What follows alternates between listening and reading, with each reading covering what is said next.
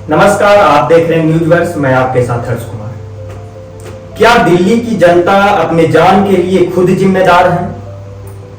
ऐसा हम इसलिए कह रहे हैं क्योंकि देश की राजधानी दिल्ली अब पूरी तरह जहरीली हवा की आगोश में समा गई है, लेकिन सरकार को इससे कोई फर्क नहीं पड़ता है।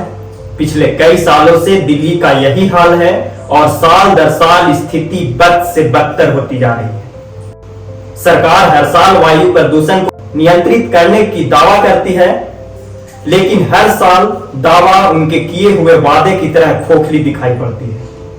इस साल भी 2.5 करोड़ लोगों के साथ यही मजाक चल रहा है। जिस संविधान को बचाने के लिए दिन रात राजनीति होती है, वह संविधान कहता है कि इस प्रदूषण को कम करने की जिम्मेदारी सरकारों के ऊपर है, लेकिन हमारी सरकार का कहना है कि इस प्रदूषण को कम करने की जिम्मेदारी उल्टा आम जनता की है। उनका काम देखकर तो यही लगता है कि दिल्ली की सरकार ने मान लिया है कि प्रदूषण को कम करने की जिम्मेदारी उनकी नहीं बल्कि जनता की है। बढ़ते वायु प्रदूषण को देखते हुए आम आदमी पार्टी की दिल्ली में रेड लाइट ऑन गाड़ी ऑफ नाम का अभियान शुरू किया था। सरकार की इस अभियान से लोग खुश भी हुए थे कि चलो सरकार ने कुछ तो कदम उठाया।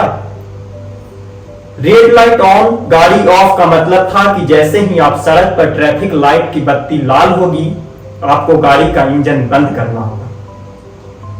आज हमारा सवाल यह है कि क्या इस अभियान को चलाने में सरकार को जरा सी भी मेहनत करनी पड़ी? ये सारी गाड़ियां आम जनता की हैं।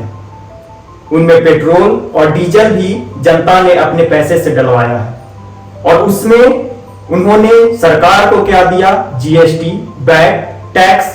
गाड़ी भी ट्रैफिक सिग्नल पर आम जनता को ही बंद करनी है, तो फिर इसमें सरकार की क्या रोल?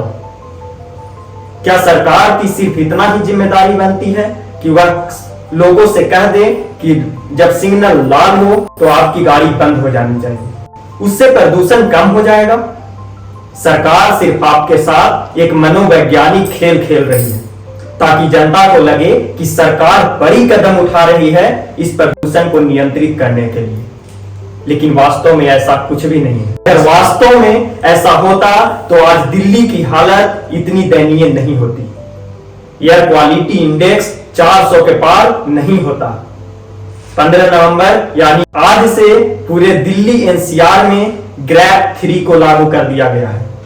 यह प्रदूषण आपको बहुत ज्यादा बीमार कर सकता है। यही वजह है कि लोगों को सलाह दी गई है कि वो बेवजह घर से ना निकलें। बेहद जरूरी होने पर ही बाहर की गतिविधियां करें। आज यानी शुक्रवार से ग्रैप 3 के तहत नए दिशा निर्देश जारी किए गए हैं।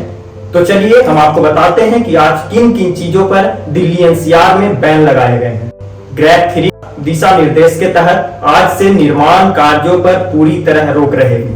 साथ ही तोड़ फोड़ की गतिविधियों पर भी बैन लगाया गया है। दिल्ली एनसीआर में ग्रैप 3 के तहत अब गैर जरूरी खनन कार्यों को भी अगले आदेश तक बंद कर दिया गया है। अंतरराज्यीय बसों पर प्रतिबंध रहेगा। हालांकि BS6 डीजल मानकों के अनुरूप पेट्रोल डीजल बसों की चलने की अनुमति रहेगी। इसके अलावा दिल्ली एनसीआर में केवल इलेक्ट्रॉनिक बस और सीएनजी बसों की चलाने की इजाजत दी जाएगी। शैक्षणिक संस्था वर्चुअल लर्निंग प्लेटफॉर्म पर शिफ्ट कर दिया गया है, यानी कि राजधानी दिल्ली में आज से सभी प्राइमरी स्कूलों को ऑनलाइन मोड पर शिफ्ट कर दिया गया है। यानी कि कक्षा 5 तक की सभी क्लासेज आज से अगले निर्देश आने तक ऑनलाइन चलेंगे। जिस इलाकों में ज्यादा प्रदूषण है वहां सड़कों पर पानी छिड़काव होगा।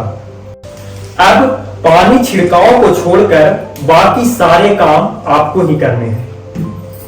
सोचिए जरा, चीजें आपको ही करनी है और इसमें सरकार की न के बराबर भूमिका है, लेकिन फिर भी सरकार कहती है कि वह एक्शन प्लान लागू करके प्रदूषण को कम करने की प्रयास कर रही है।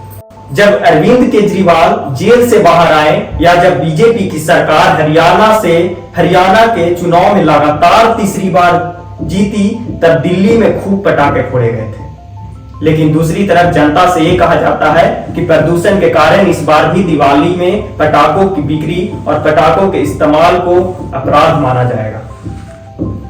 अब सोचिए, पटाखे नहीं फोड़कर भी आप ही प्रदूषण को नियंत्रित कर रहे हैं और इसमें भी सरकार कुछ नहीं कर रही है। ऐसे में हम सरकार को बताना चाहते हैं कि आप पार्किंग का किराया बढ़ाकर प्रदूषण को नहीं रोक सकते हैं।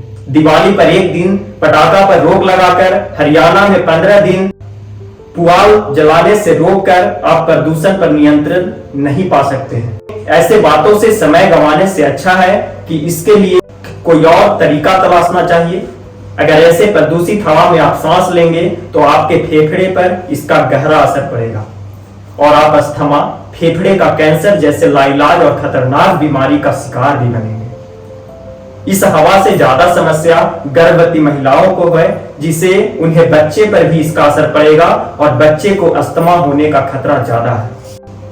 बुधवार को राष्ट्रीय राजधानी के कई इलाकों में धुंध की चादर छा गई, जिससे शहर में हवा की गुणवत्ता खराब हो गई। समाचार एजेंसी ANI के अनुसार निवासियों ने सड़क पर कम दृश्यता की शिकायत की और उन्हें आंखों में जलन, नाक बहना, सांस फूलना और खांसी की भी शिकायत की। वायु प्रदूषण के कारण गाजियाबाद के सरकारी और निजी अस्पतालों में आंखों में जलन, खांसी, जुकाम और सांस के मरीजों की संख्या बढ़ती जा रही है। MMG अस्पताल की OPD में शुक्रवार यानी कि आज पहुंचे 2085 मरीजों में से 411 सांस के मरीज थे। इनमें से 73 मरीजों का चेस्ट एक्सरे कराया गया।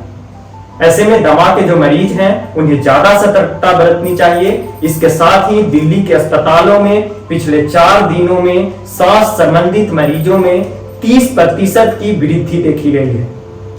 तो ऐसे में जरूरी है कि बहुत जरूरी होने पर ही घर से बाहर निकलें और निकलते समय मास्क और चश्मा लगाना ना भूलें। घर से बाहर निकलते समय सजग और सतर्क रहें। तो आज के लिए इतना ही, फिर मिलेंगे एक और नई खबरों के साथ। तब तक के लिए